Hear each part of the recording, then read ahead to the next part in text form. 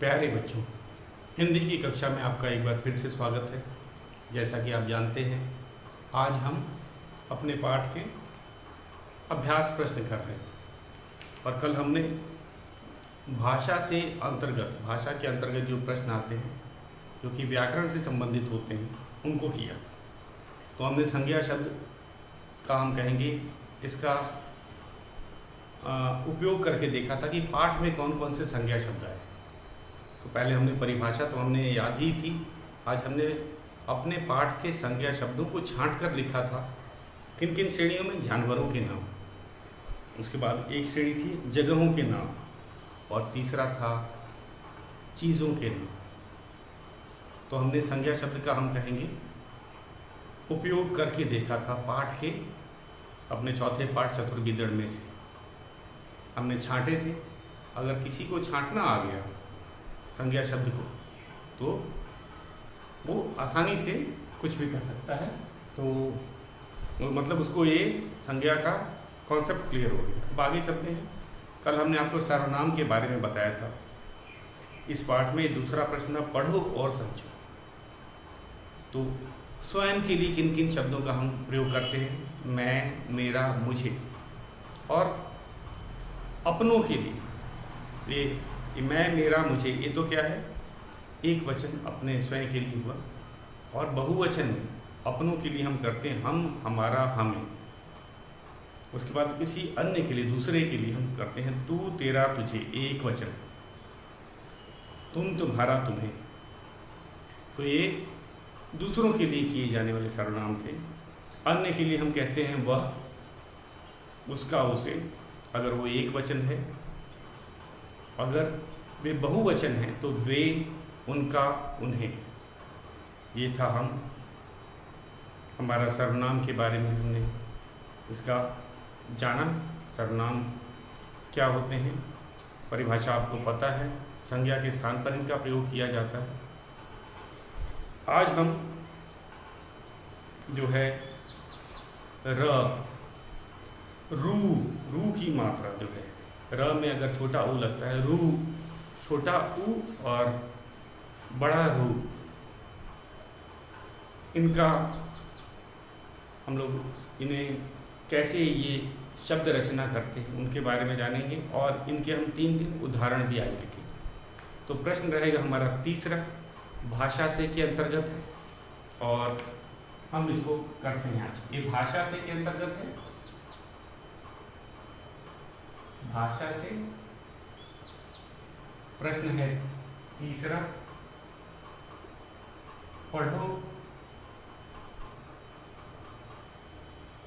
समझो,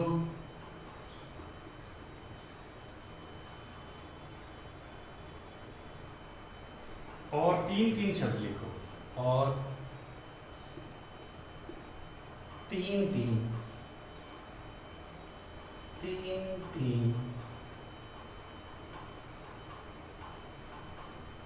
शब्द लिखो।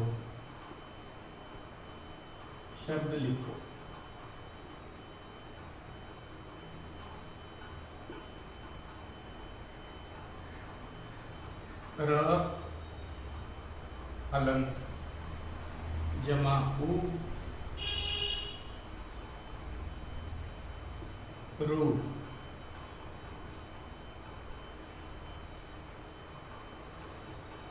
एक उदाहरण दे रखा है रुख। पहले कुछ उदाहरण दिया, इसको भी हम लोग देख लेते हैं। र हलंत मतलब र व्यंजन की हम लोग बात कर रहे हैं। अगर इसमें छोटा ओ जो कि एक स्वर होता है उसका मेल कराया जाए तो ये बनता है रू। और इससे बनने वाला एक शब्द है रुख। और हमें तीन और इसके उदाहरण लिखने हैं। 1, 2, 3। और र हलंत जमा बड़ा ओ, ये बनाएगा रू। तो एक उदाहरण लेगा रूठना, रूठ नाम, और हमें क्या लिखना है, 3 लिखना है। 3 उदाहरण हमें भी देने हैं। तो पहले समझते हैं इसे, इसमें क्या समझना है। हिंदी में जब र हलंत में हम छोटी ऊ की मात्रा लगाते हैं तो कभी ऐसे नहीं लिखा जाता, र के नीचे छोटी ऊ इधर नहीं लिखी जाती। आपने देखा है, हम हर वर्ण के नीचे नीचे लिखते हैं, लेकिन जब र की बारी आती है तो इसको हम कैसे लिखते हैं, र तो लिख लिया, ये र हो गया, और ये यहाँ पे लगाया जाता है छोटा।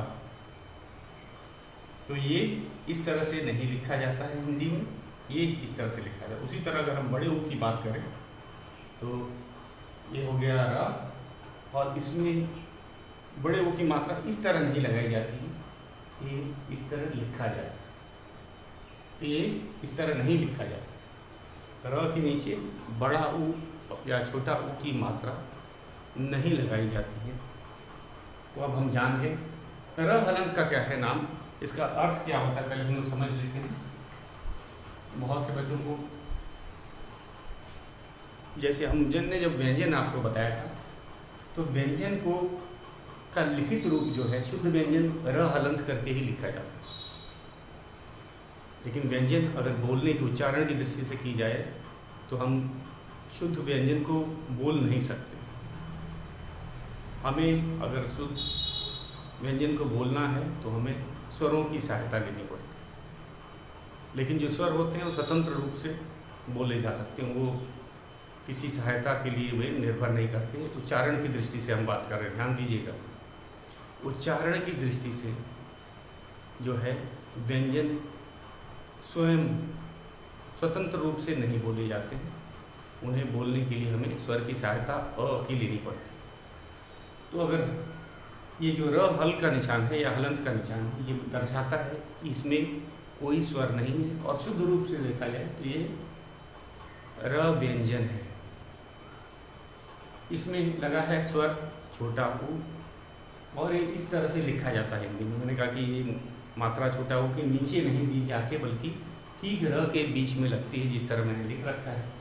ये बना रू, रू कम देर इसका उच्चारण होता है रू, और इसमें रू जरा लंबा उच्चारण होता है क्योंकि बड़ी ऊ की मात्रा लगी है।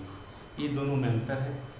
ये भी र हलंत है, स्वर लगा है बड़ा ऊ, बना रू, रूपया, रुख, जल्दी से र बोला गया रुख। तो ये अंतर साहब हमें 3 शब्द लिखने हैं दोनों के, रू और रू के। तो शुरू करते हैं। मेरे ख्याल से आपको फिर समझ आ गया होगा। ये जो प्लस का निशान उसे क्या कहा जाता है, धन या जमा। र हलंत जमा उ रुख, रुख, रुख। तो हमें 3 शब्द लिखने हैं। तो पहला है हमारा, ये तो उदाहरण दिया गया था, हमें लिखना है पुरुष।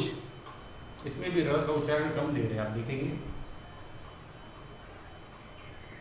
पुरुष, पुरुष, र का उच्चारण कम दे रहा है, ये पहचान है। रुचि, रुचि, रुचि। उसके बाद है रुद्र, रुद्र। कुछ ऐसे शब्द तो हमने 3 उदाहरण लिखे। इसी तरह बड़ा रू, रू, अब इसमें उच्चारण लंबा है तो क्या हुआ, रूप, रूप। उच्चारण क्या है, लंबा है रू का, रूप। अमरूद, अमरूद। रू हम बहुत देर बोल रहे हैं अमरूद में, ध्यान से उच्चारण करने पे आपको पता चलेगा। छोटा जो रू और बड़ा रू, रू, रू बोलते समय रू, इसका कम देर उच्चारण होता है और इसका लंबा होता है उच्चारण। तो अमरूद, अब इसमें रू हम ज़्यादा बोल रहे हैं। रुपया, इसमें रू की रूई। तो इन सब शब्दों में र पे बड़ी ऊ की मात्रा है, और हमें 3 शब्द, इतने बहुत से शब्द हैं कुछ ही शब्द हम लोग लिख रहे हैं, 3 हमें बोला गया था। रुई, कपास, रुई। तो इसको पहचान क्या है, इसमें रूप काफ़ी देर तक बोला जाता है इसकी तुलना। तो ये रूप, अमरूद, रुई। तो ये था, हमने इसे पढ़ा उच्चारण की दृष्टि से भी। रू, रू हमें पता चल गया। इसको क्या पढ़ते हैं, रू, रू। इसकी ध्वनि दीर्घ है या लंबी है, हम कहते हैं रू, रू। और इनका निर्माण भी हमें पता है। र व्यंजन में जब हम ऊ को जोड़ते हैं तब ये बनता है रू, और र व्यंजन में बड़ा ऊ जोड़ता है तो बनता है रू। तो ध्वनि को सुनना है, इसीलिए इसे लिखा है कि पढ़ो, समझो और फिर 3-3 हमने शब्द लिखे। आप कोई भी शब्द लिख सकते हैं, अपने अनुसार भी लिख सकते हैं, जरूरी कि नहीं है कि जो मैंने लिखा है वही आप लिखेंगे, उस पर ध्यान दीजिएगा। तो ये था हमारा तीसरा प्रश्न। अब चलते हैं हमारा समान अर्थ वाले शब्दों को रेखा खींचकर मिलाओ।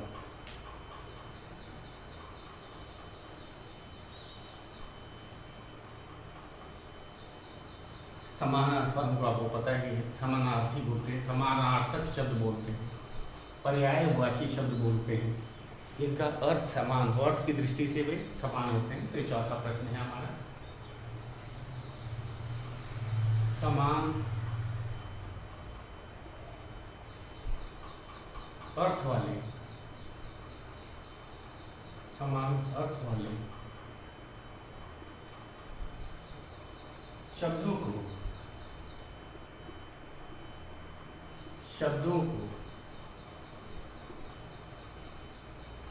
रेखा खींचकर मिलाओ, रेखा खींचकर मिलाओ, खींच कर मिलाओ।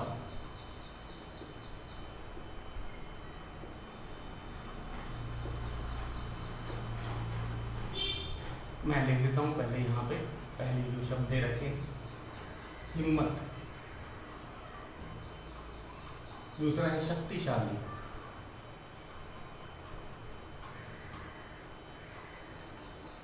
शक्तिशाली, तीसरा है हमारा भरोसा, फिर है मुश्किल,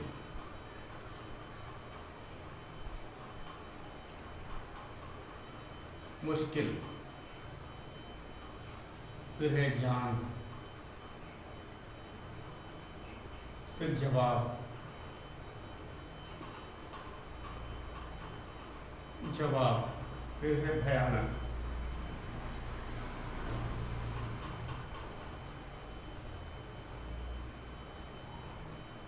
प्राण, फिर है डरावना,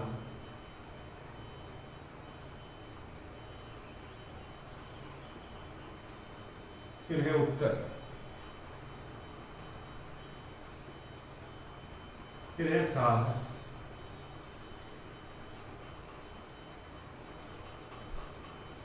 फिर है कठिन,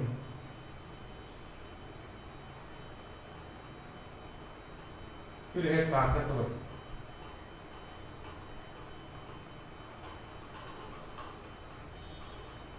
ताकतवर, और अंत में है विश्वास।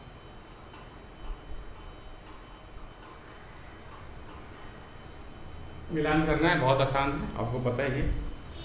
मिलान कैसे करते हैं हम, समान अर्थ वालों को स्केल से आप लाइन खींचेंगे, इसे पाठ्य पुस्तक में ही करना है, तो स्केल से हम रेखा खींचेंगे। और हिम्मत का होता है साहस, तो हम इसे स्केल से ही मिलाएंगे।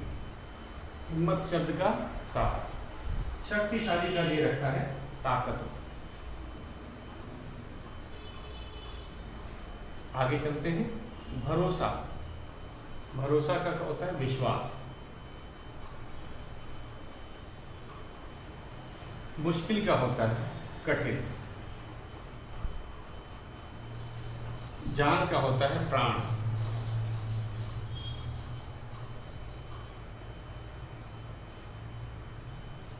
जवाब का होता है उत्तर। भयानक का अर्थ होता है डरावना। भयानक का अर्थ होता है डरावना। तो हमने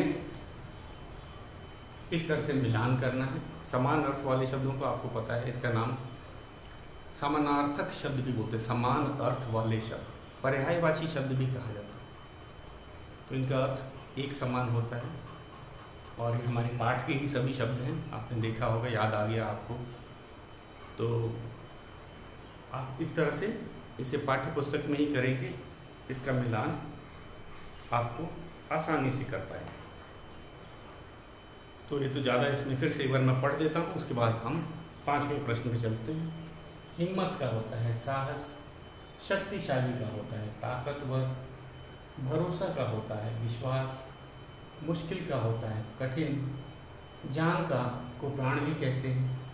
जवाब का अर्थ उत्तर भी होता है। भयानक डरावना कहा जाता है। भयानक को डरावना। अब चलते हैं हम अपने 5वें। अपने शब्दों में लिखो। तो इसमें वाक्य दिया हुआ है और हमें इसे उल्टे पाँव का अर्थ होता है वापस लौट। तो इसे अपने शब्दों में हम लिखेंगे। शेर उल्टे पाँव लौट गया। तो उल्टे पाँव का क्या अर्थ होता है? क्या कभी शेर के पैर उलट सकते हैं? उल्टे पाँव, क्या पैरों को उल्टा जा सकता नहीं? इसका अर्थ होता है वापस लौट। उल्टे पाँव का अर्थ होता है, उल्टे पाँव लौटना मतलब वापस लौटना। तो इस तरह से ही हमें अपने शब्दों में लिखना है। बहुत आसान है। 4 वाक्य दिए हैं, हम इन चारों को एक एक करके करते हैं। बहुत ही आसान है। ये आपने नोट कर लिया है, मैं मिटा देता हूँ।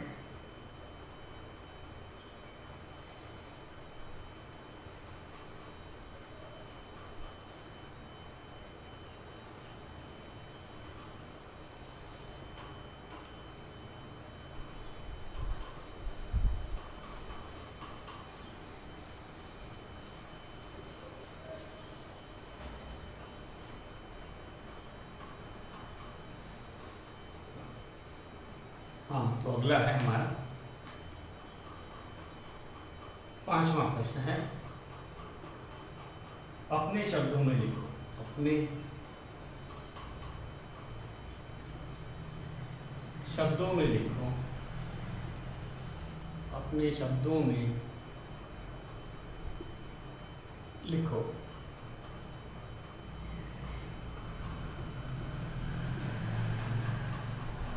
क्या है? पहला है क। वाक्य पहले मैं लिख देता हूं। शेर उल्टे पांव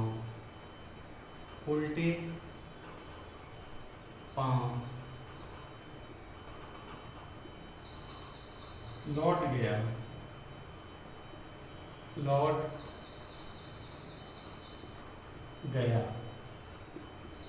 तो यहाँ उल्टे पांव का अर्थ हमें स्पष्ट करते हुए इस वाक्य को दोबारा लिखना है। इस वाक्य को क्या करेंगे, हम फिर से लिखेंगे और उल्टे पाँव के स्थान पर अपने शब्द लिखेंगे, ताकि ये वाक्य आसान हो सके, कोई भी पढ़ के समझ ले। नहीं तो हो सकता है कोई चकरा जाए। उल्टे पाँव, क्या शेर के पाँव कभी उल्टे हो सकते हैं? नहीं। वापस लौटने के लिए कहा जाता है उल्टे पाँव। तो यही हम लिखेंगे। वाक्य को दोबारा लिख रहे हैं। शेर वापस लौट गया।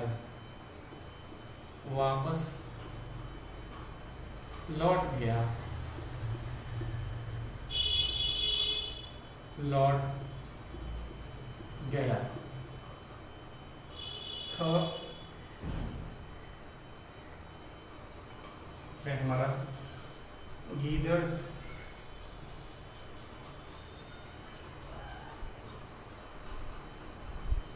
गीदड़ी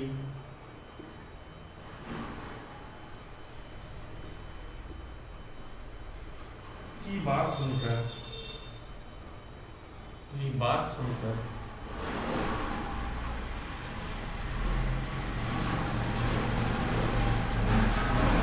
गीदड़ गिदड़ी की बात सुनकर शेर के पसीने छूट गए।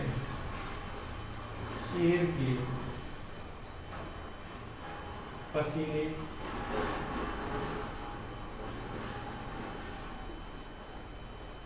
छूट गए, छूट गए। तो मुहावरा पसीने छूट गए, इनका खास अर्थ होता है। मुहावरे का आपको बताया जो लिखा होता है उनसे हट के अलग अर्थ होता है। जैसे हम अभी बोले उल्टे पाँव, कभी उल्टे पाँव हो सकता है नहीं, इसका खास अर्थ होता है वापस लौटने के लिए हम कहते हैं उल्टे पाँव। ठीक इसी तरह शेर के पसीने छूट गए, पसीने छूटने का अर्थ होता है डर जाना। कई शेर को पसीना तो आता नहीं, हमें पता है, कुत्तों को, शेर को, बिल्लियों को पसीना नहीं आता। तो इसका अर्थ क्या हुआ? अर्थ हुआ डर जाना। अर्थ क्या है? डर जाना। तो शेर के पसीने छूट गए का अर्थ होता है डर जाना, डर गए। तो वाक्य हम पूरा लिख रहे हैं, वाक्य दोबारा लिखना है, कोई उसी में सुधार ना करे, हमें वाक्य फिर से पूरा लिखना है। गीदड़ गीदड़ी की बात सुनकर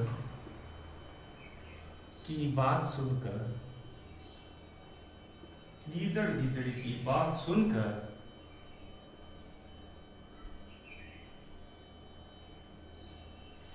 गीदड़ गिदड़ी की बात सुनकर शेर घबरा गया या शेर डर गया, दोनों ही सही है। शेर डर जाना या घबरा जाना दोनों ही सही है। पसीने छूटने का अर्थ होता है डर जाना या घबरा जाना। तो ये मत सोचना कि दोनों अलग अलग हैं, इनका अर्थ एक ही है, डर जाना या घबरा जाना। गीदड़ गिदड़ी की बात सुनकर शेर डर गया भी लिखोगे तभी भी सही हो गया, शेर घबरा गया तभी भी सही है, घबरा गया, उड़ गया। तो दोनों ही सही है, कोई ये ना समझे कि अलग अलग अर्थ होता है। घबरा जाना का अर्थ होता है डर जाना। तो हमने क्या देखा, मिटाने से पहले एक बार फिर से मैं इन वाक्यों को समझ लेते हैं। हम लोग मिटाने से पहले समझ लेते हैं इसको कि शेर उल्टे पांव लौट गया। इसमें मुहावरा दिया हुआ उल्टे पांव, हमें मुहावरे का अर्थ स्पष्ट करके वाक्य बनाना है। तो इसमें दोनों काम हो जाता है। हमें एक तो सबसे पहली बात है, ऐसा प्रश्न हम तभी कर सकते हैं जब हमें मुहावरे का अर्थ पता हो, तभी हम उसका अर्थ के अनुसार वाक्य लिख सकते हैं। तो उल्टे पांव का होता है वापस लौटना। तो हमने लिखा शेर वापस लौट गया। दूसरा था हमारा पसीने छूट गए। पसीने छूट गए का अर्थ होता है घबरा जाना, डर जाना। तो हमने इस वाक्य को फिर से दोबारा लिखा कि गीदड़ गिदड़ी की बात सुनकर शेर घबरा गया। ग है। अब दो और वाक्य हैं, उनको भी करते हैं। ग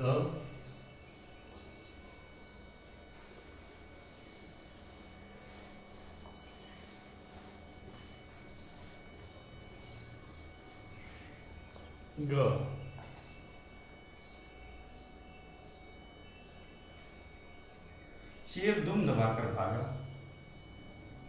शेर दुम दबाकर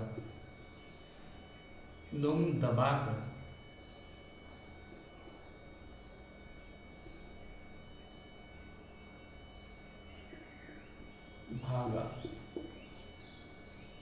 दुम दबाकर का क्या अर्थ होता है? तुम्हें पता है, डर कर। दुम दबाकर मत भागना होता है डर कर भागना। तो शेर डर गया था, इसलिए वह अपनी जान बचाने के लिए भागा। तो ये मुहावरा दुम दबाकर भागना का अर्थ होता है डर कर भागना। तो इसको लिखते हैं वाक्य में, शेर डर कर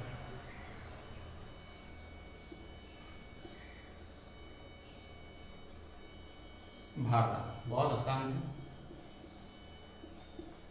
शेर दुम दबाकर भागा का अर्थ होता है शेर डर कर भागा। हमारा अंतिम वाक्य जो है वो है शेर सिर पर पांव रखकर भागा। शेर सिर पर सिर पर पाँव रखकर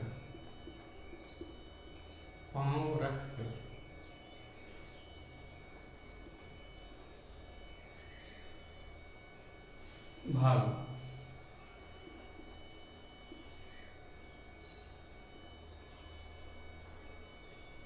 सिर पर पाँव रखकर भाग। तो क्या कभी सिर पे, ये मुहावरा है, सिर पे पाँव रखकर भाग सकते हैं? अगर सिर के ऊपर पैर रख देंगे तो भागेंगे कहाँ से? तो इस मुहावरे का अर्थ होता है कि बहुत तेज भागना। आदमी तब भागता है जब उसको जान बचाना हो। बहुत तेज तब भागता है जब उसको जान बचाना हो। जैसे अगर किसी हिरन का पीछा कोई शेर कर रहा हो तो बेचारा, हम कहेंगे बहुत तेज भागता है, क्योंकि अगर वो नहीं भागेगा तो पकड़ा जाएगा, उसकी जान चली जाएगी। तो बहुत तेज भागने को ही हिंदी में ये जो मुहावरा है, सिर पर पाँव रखकर भागना कहा जाता है। इसको लिख देता हूँ, इसका वाक्य, शेर बहुत तेज भागा, बहुत तेज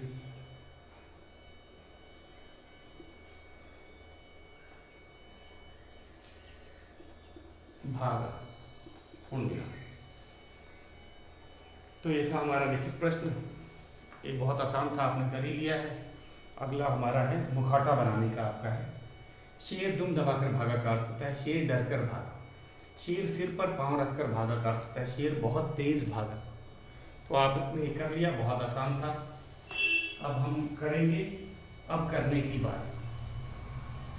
अब करने की बारी जो है, ये हमारा अंतिम प्रश्न है इस पाठ का। इस पाठ का ये अंतिम प्रश्न है। अब करने की बारी, अब करने की बारी।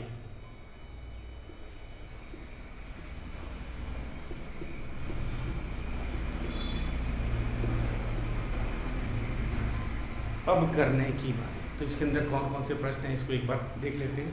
कहानी को अपने शब्दों में सुनाओ। हमने सारांश बच्चों से सुना है, अभी भी बच्चे इसको बहुत अच्छा सुनाते हैं। अपने शब्दों में, बुक बंद होनी चाहिए और कथा वाचन की तरह सारांश को छोटा करके, कहानी को छोटा करके अपने शब्दों में सुनाना, ये हम कर भी रहे हैं। बच्चों की बारियां आ रही हैं। हम एक कहानी को भी 2-3 टुकड़े में करके, खंड में करके बच्चों से सुनते हैं और बच्चे बहुत अच्छा सुना रहे हैं। बुक बंद रहनी चाहिए सुनाते समय। गिदड़ की चतुराई की और कहानियाँ पढ़ो और सुनाओ, कक्षा में सुनाओ। तो ये काम हो सकता है ऑनलाइन क्लास में कि गिदड़ की अन्य और कहानियाँ होती हैं। गिदड़ अपनी चतुराई के लिए जाना जाता है। और तीसरा है, बहुत सबसे पसंद बच्चे कर रहे हैं, मुखौटा लगाकर कक्षा में कहानी का अभिनय करो, गत्ता काट कर मुखौटा बनाओ। तो ये मुखौटा बनाने वाला काम जो ग भाग है, ये मैंने आपको बताया था ऑनलाइन कक्षा में। तो इसके अंदर सबसे पहले आपको गत्ते का टुकड़ा लेना है, उसके ऊपर हमें एक रंगीन कागज चिपका देना।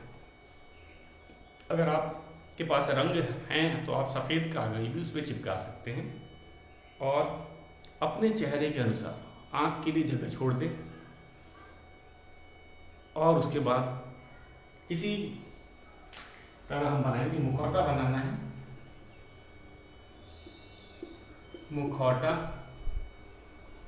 मुखौटे बनाओ।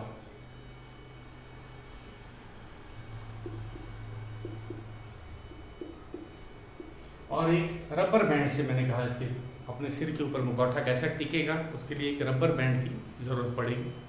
तो गत्ते का टुकड़ा लेना है। आपने गत्ते का टुकड़ा लिया, इस पर एक सफ़ेद चार्ट पेपर चिपका दिया और कोई एक मुखौटा बनाना है। शेर का बना सकते हो, गीदड़ का या फिर लोमड़ी का, कोई एक बनाना है। इसमें बनाने के बाद अपने नाप के 2 छेद इसमें बनाने हैं और पीछे रबर बैंड जो है उससे हम कहेंगे इसे बांधा जाएगा। अपने नाप के अनुसार इसे बना लीजिएगा। और अगर आप शेर बनाना चाहते हैं तो शेर का ये चित्र होगा और अतिरिक्त वाला काट दिया जाएगा। और अतिरिक्त वाला जो होगा वो हिस्सा काट दिया जाएगा। आप इसे बहुत अच्छी तरह से बनाते हैं, इसे ऑनलाइन कक्षा में बच्चे बना के दिखाएंगे। तो मुखौटा बनाना, तो बच्चों ये था हमारा चौथा पाठ। कल से हम अपना 5वें पाठ पे आ जाएंगे, 5वां पाठ पढ़ेंगे। आज के लिए बस इतना ही।